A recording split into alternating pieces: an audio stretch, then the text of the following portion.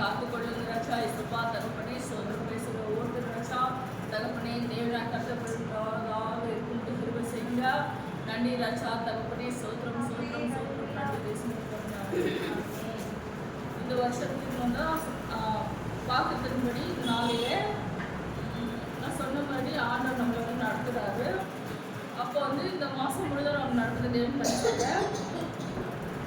லேவியராகம் 26 12 லேவியராகம் 26 12.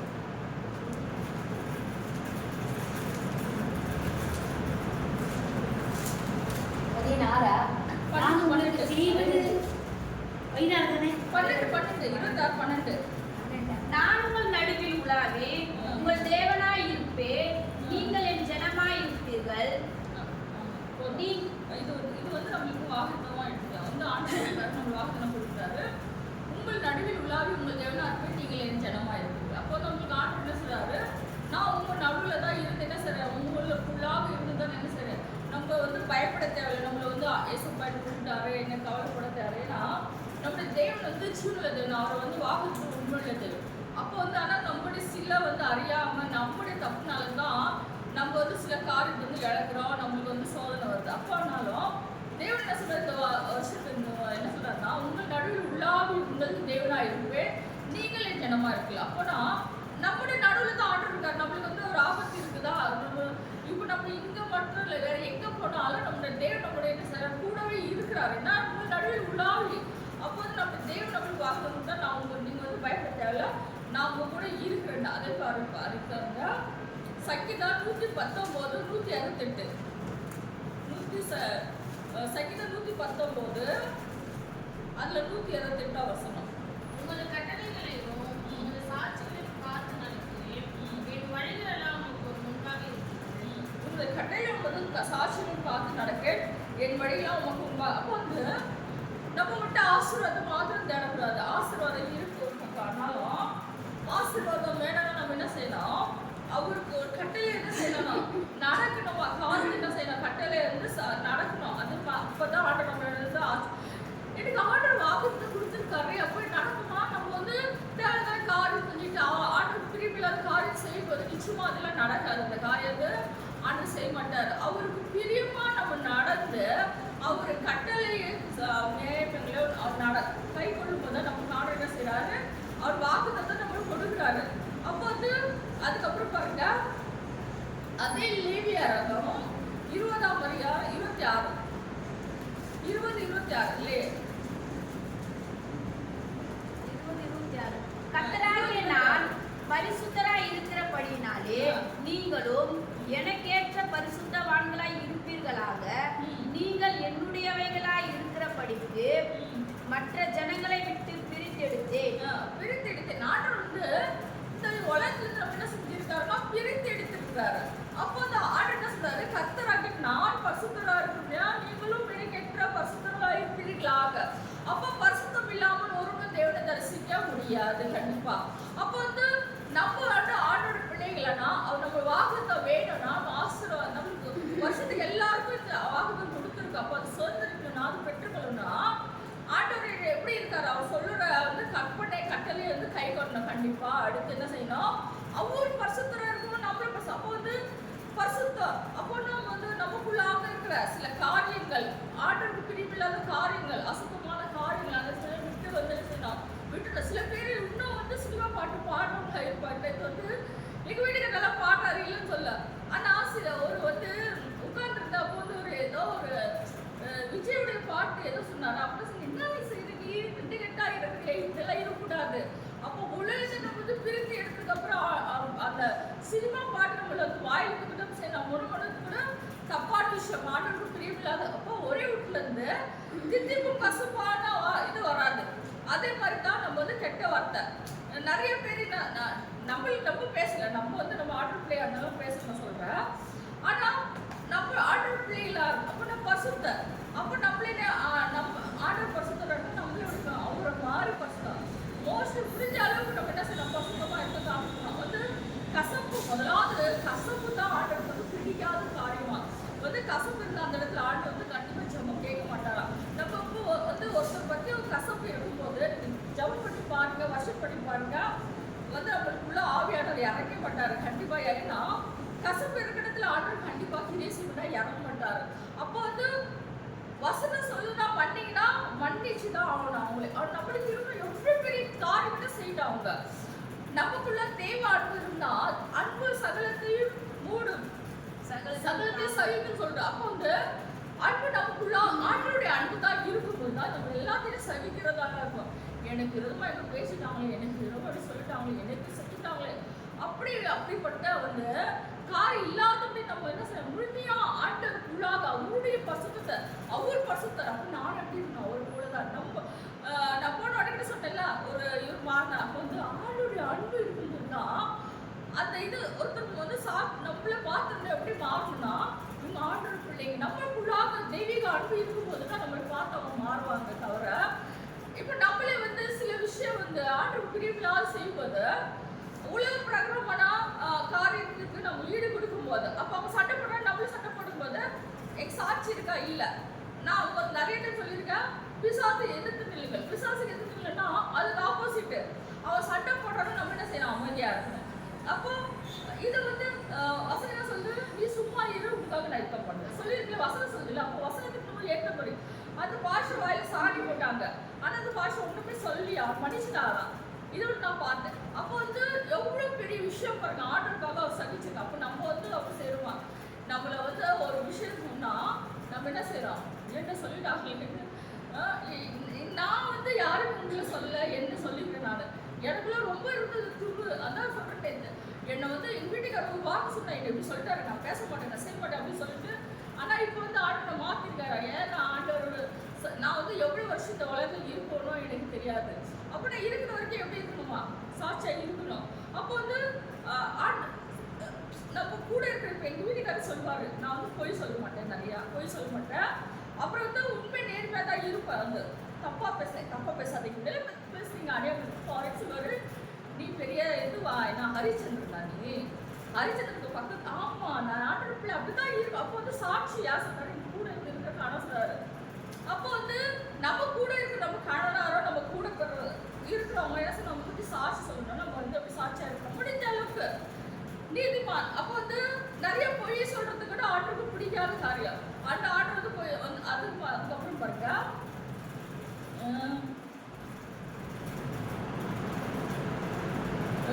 லேவியர் 19:11 சொல்லு படிங்க. 10 இப்போ படிச்சீங்களா? லேவியராகமோ, நீங்க களவு செய்யாமலும் வஞ்சனை பண்ணாமலும் ஒருவருக்கு ஒருவர் பொய் சொல்லாமலும் இருங்கள். என் நாமத்தை கொண்டு பொய்யான எண்ணினால் உங்கள் தேவனுடைய நாமத்தை பரிசுத்த குலைச்சலாக்குவாமலும் இருப்பீர்களாக நான் கண்டேன். பாருங்க. அப்போ வந்து ஆண்டவர் பிரியமில்லாத காரியம் என்னன்னு இருக்கு பாருங்க. நீங்கள் களவு செய்யாமலும் வஞ்சனை பண்ணாமலும் ஒரு பொய் சொல்லாமல் இருக்கு. அப்போ வந்து பொய் சொல்றதுக்கு கூட என்ன ஆண்டவருக்கு பிடிக்காத காரியம். அப்போ நம்ம சொல்லி ஜஸ்ட் நான் பொய் தான் சும்மா தானே சொன்னேன், சும்மாவே எதுக்கு பொய் சொன்னேன். அப்போ வந்து சாட்சி. இப்போ பசங்களுக்கு எதிர்க்கே வந்து நிறைய பேர் சொல்லுவாங்க, வீட்டுல இருந்தது இப்போ யாராவது கடைக்காரங்க சொன்னா அம்மா இல்ல சொல்லு, அப்பா இல்ல சொல்லு, போயிடுவா. அப்போ அது வந்து பொய் சொல்றதுக்கு நம்ம வந்து சரி பசங்களை வந்து இந்த நம்ம ட்ரைனிங் பண்ணி விடுறோம். அப்போ அப்படிப்பட்ட இல்லை, எது வந்தாலும் பரவாயில்ல, ஆண்டர் எப்படி இருக்காரு, தைரியமா இருக்குன்னு சொல்லுனா. அப்போ சொல்லுனா ஆண்டர் என்ன செய்வார், நமக்கு வந்து இது.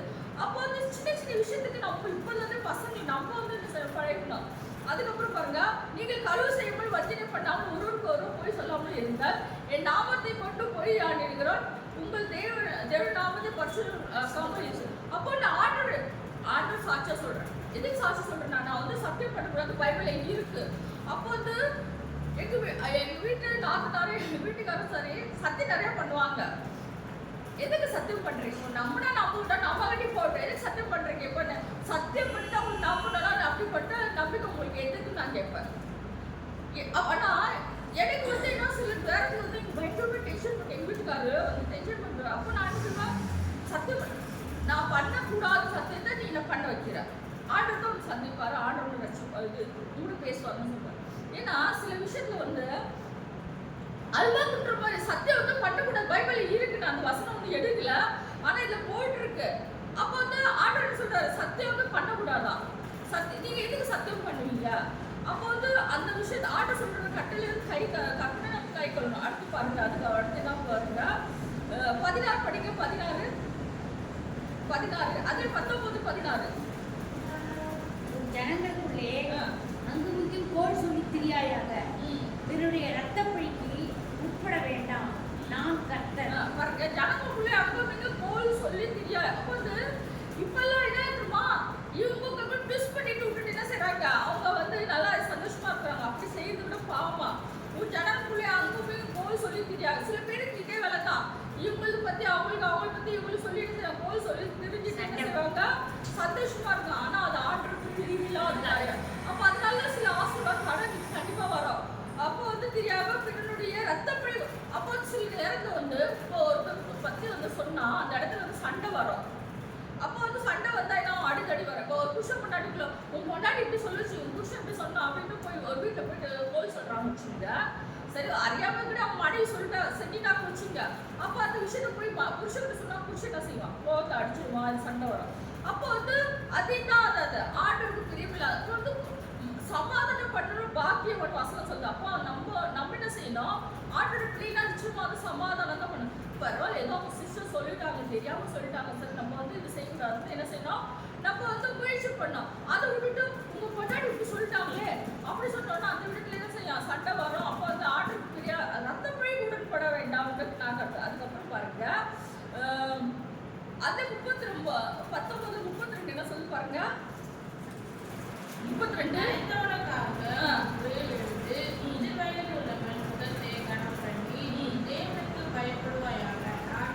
பாருங்க, வயசானவங்களுக்கு என்ன செய்ய கனம் பண்ணணும்னு சொல்லியிருக்கு. இந்த ஆண்டவர் வந்து கட்டளையா இந்த இடத்துல என்ன சொல்லியிருக்காரு, நரக்கத்துக்கு முன்பாக எழுந்து முதிர்வர்கள் முகத்தில் கனம் பண்ணி ஒரு தேவனுக்கு பயப்படுவாங்க. அப்போ வந்து நம்ம வயசானவங்களை வந்து கனம் பண்ணும்போது அவருக்கு வந்து நம்ம வந்து மரியாதை கொடுக்கும்போது நம்ம யாருக்கு பயப்படணும்னா தேவனுக்கு பயப்படுவாங்க. அப்போ வந்து நான் கர்த்தர், தேவனுக்கு பயப்படுவாயாக. அப்போ வந்து ஆண்டோட பயம் தான். ஒரு வயசானவங்களுக்கு வந்து போயிட்டு இருக்காங்க வச்சுங்க, அவங்க வந்து ஒரு பஸ்ல என்ன சொல்லுங்களா, வயசானவங்க தான் நம்ம என்ன செய்யணும், நம்மளால நிற்க முடியும், வயசானவங்க நிற்க முடியும். அப்போ நம்ம உட்காருங்க அங்க அப்படி ஆண்டி ஏதோ உட்காரணும் வந்து வயசானவங்க என்ன கனம் பண்ணோம் கண்டிப்பா. ஏன்னா வயசு ஆயிட்டா. இப்போ வந்து எங்க தெருவில் ஒரு அம்மா இருந்தாங்க, அவங்களுக்கு வந்து சுகர். அப்போ வந்து அவங்க வீட்டில் அவங்களை பார்க்கறதுக்கு ஆள் இல்லை ஆக்சுவலி. அப்போ வந்து போன வாட்டி அவங்களுக்கு வந்து ஒரு முள்ளு குத்தி சுகர்னால புண்ணான ஆள். அப்போ வந்து அவங்க பொண்ணுடைய பேரை வந்து பொண்ணுடைய பையன் வந்து அதான் பேரை, அந்த பேரை வந்து நான் பார்த்ததுனால இப்போ விட்டுட்டாங்க அவங்க. அப்போ நான் ஆனால் என்ன ஆச்சுன்னா அவங்களுக்கு கொஞ்சம் மன இது கஷ்டம், ரொம்ப கஷ்டம் அவங்களுக்கு. ஆனால் எங்கள் வீட்டுக்கு நல்லா வந்து பேசுவாங்க போவாங்க. அவங்க சுகர் வந்து அவங்க செருப்பில்லாமல் நடந்தால கல் குத்தி சுகர் புண்ணாயிடுச்சு. ஆனால் அவன் பார்க்கறதுக்கு ஆள் இல்லை. அது ஹாஸ்பிட்டல் அட்மிட் பண்ணால் சரியாயிடும் ஓரளவுக்கு அந்த ஃபுட்ஸ். ஆனால் என்ன செஞ்சுருக்காங்கன்னா ப்ரைவேட்டில் 2 லட்சம் கேட்குறாங்க, ட்ரீட்மெண்ட் போட்டாச்சு. கவர்மெண்ட் பார்த்தா ஆள் இல்லை பார்க்கறதுக்கு. இப்போ நாங்கள் எங்கள் வீட்டுக்காரருக்கு வந்து அவங்க அம்மா மாதிரி தேவைனால அவங்க ரொம்ப, ஆனால் நாங்கள் முடிஞ்சாலும் எங்களால் அவங்க. ஆனால் வருஷத்துக்கு நானே சொல்லுவோம் அவங்க ஒரு சாரி முடிச்சுருவாங்க. இந்த வருஷம் என்ன சொன்னாங்க, எனக்கு சாரி இல்லை வேண்டாமா, நீ எனக்கு என்ன செய்ய காசு கொடுக்கும். அப்புறம் நான் என்ன செய்வேன், சரி நான் ஆனால் 20 ரூபாய் ஏதாவது கொடுப்பேன். நான் அவங்களுக்கு சாப்பிட்றதுக்கு ஏதோ பிஸ்கிட்டோ ஏதோ நான் கொடுத்துட்டே இருக்கோம். நாங்கன்னா எங்கள் வீட்டுக்காரர் பேச, அப்போ எங்கள் வீட்டுக்காரருக்கு ஒரே கவலை, அழுகுற பயங்கரமாக அழுகுறாரு. நான் அழுல, நான் சொன்னேன் ஏசப்பா நல்லபடியா எடுத்துக்கோ. ஏன்னா எனக்கு தெரியும் இந்த உலகத்தை வந்து பாடியெல்லாம் எடுத்துட்டு யாரும் கஷ்டம் ரொம்ப படுத்த படிக்க இருக்காங்க. அந்த சோகத்தை ஜாம் பண்ணி ஏசப்பா அவங்களுக்கு வந்து பார்க்கறதுக்கு ஆளில் நீங்கள் நல்லபடியாக எடுத்துங்க ஏசப்பா. அப்போ நாங்கள் சோகம் எங்கள் வீட்டுக்காரி வந்துல அவங்க சுத்தமாக போலக்குதுன்னு அழுது அவங்க போயிட்டு நம்ம பார்த்தோம். எங்கள் வீட்டுக்காரர் அவங்க கால விழுந்து அழுகுறாரு. அவங்க மருமகெல்லாம் அண்ணா எதுக்கு அழுதுங்க, அவங்க நல்லபடியாக எடுத்துக்கிட்டு ஜாப் பண்ணுங்க. யாரே சொல்கிறாங்க, நான் சரிங்க ஜாப் பண்ணேன் ஏசப்பா அவங்க நல்லபடியாக எடுத்துக்க ஏசப்பா. ஏன்னா கஷ்டம் அவங்களுக்கு, யாரும் பார்க்கணும் ஆளில் இல்லை. அவங்களுக்கு வந்து அவங்க கேட்டா எங்கள் வீட்டுக்காரர் கேட்குறாரு என்ன பண்ணுன்னா இட்லி வந்து கேட்குறாங்க. அப்போ சாப்பாடு ஆசை இருக்குது, ஆனால் அவங்க சாப்பாடு கொடுக்க மாட்டாங்கன்னா டாய்லெட் போகிறதுன்னா வெறும் லிக்விடாக தான் கொடுக்குறாங்க, இளநீர் டீ அப்படிதான். அப்போ ஆர்டர் சொன்ன ஏசப்பா அவங்க நல்லபடியாக எடுத்துக்க ஏசப்பா. அவங்க வேண்டாம் இந்த உலகத்தை ரொம்ப கஷ்டப்படுறாங்க ஏசப்பா, நீங்கள் கூட ஜாப் பண்ண ஏசப்பா அவங்கள நீங்கள் நல்லபடியாக எடுத்துக்க. அப்போ வந்து உலகத்தை பாருங்க, நம்ம நடமாடுற வரைக்கும் தான் புரியுதுங்களா. நம்ம கை கால் நல்லா இருக்குது, நம்மளை வந்து நம்ம படுத்தப்படி கேட்டால் அது நடந்த வயசானவங்க அதெல்லாம் பார்க்கறதுக்கு ஆண்டவரே சொல்லியிருக்காரு இந்த இடத்துல. என்னன்னா வயசானவங்க முடியாது, அவங்களுக்கு வந்து நிறைய பிரச்சனை, வயசானவங்க நிறைய பிரச்சனை, 1 பாத்ரூம் போக முடியாது, 2 பாத்ரூம் போக முடியாது. ஆனால் இங்கே நம்மள ஆண்டவரே சொல்லியிருக்காரு நம்மள எதுக்காக இது வசனம் எது கொடுத்துருந்தா நரேந்திரன் முன்பாக எழுத முதிர்வெளியின் முகத்தை கனம் பண்ணி தேவனுக்கு பயப்படுவோம். அப்போ வந்து ஆண்டவர் பயந்தா நம்ம நிச்சயமா என்ன செய்வோம், வயசானவங்களை வந்து கனம் பண்ணுவோம். அடுத்து பாருங்க,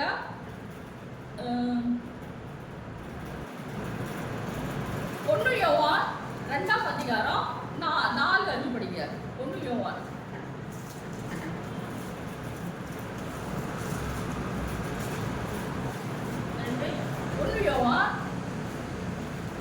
2ஆம் அதிகாரம்.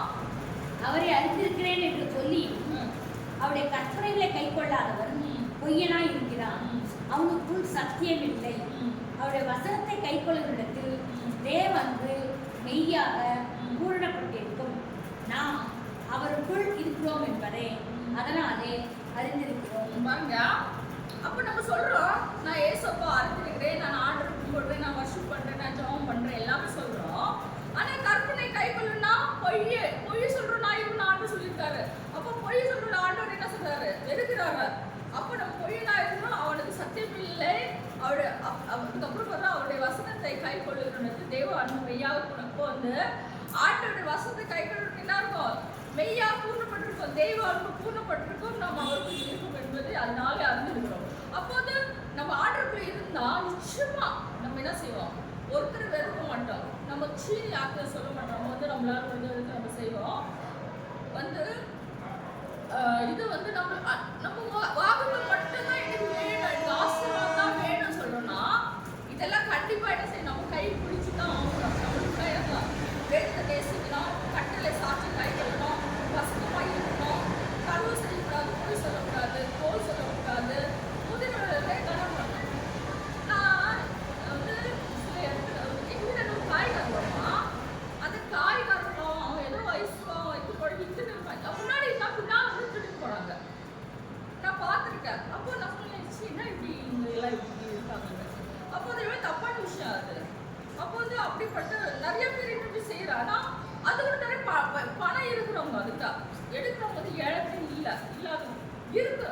அந்த பாவம் அந்த ஆளு அவன் இப்படி காய் கொடுத்துருக்கான், அதை எடுத்துட்டு போயினே இருக்கு. ஆனால் நாளை கட்டைக்கு நம்ம சொல்லலை, நம்மளுக்கு என்ன தெரியல, ஆட்டை பார்க்க போகிறோம். அப்போ வந்து ஆட்டோட கற்பனை கைகள்லாம் அது போல நம்ம வேத நேசிக்கணும், சாட்சி என்ன செய்யணும், பரிசுத்தமாக இருக்கணும். அப்போ தேவன் தாமே வேத ஆசிரியப்பாராங்க. வந்து இந்த மாதம் கொடுத்து தேவனுக்கு நன்றி சொல்கிறேன். என்னை இந்த வாக்குத்தபடி என்னை ஆண்டு நடத்தணும். நான் வந்து சொல்றது மாத்திரம் இல்லை, நானும் கடைபிடிக்கணும், நானும் வந்து கை கொள்ளணும். என்னை வந்து ஆண்டு பலப்படுத்தணும். எங்களுக்காக நீங்கள் ஜெபம் பண்ணிக்கிறேன்.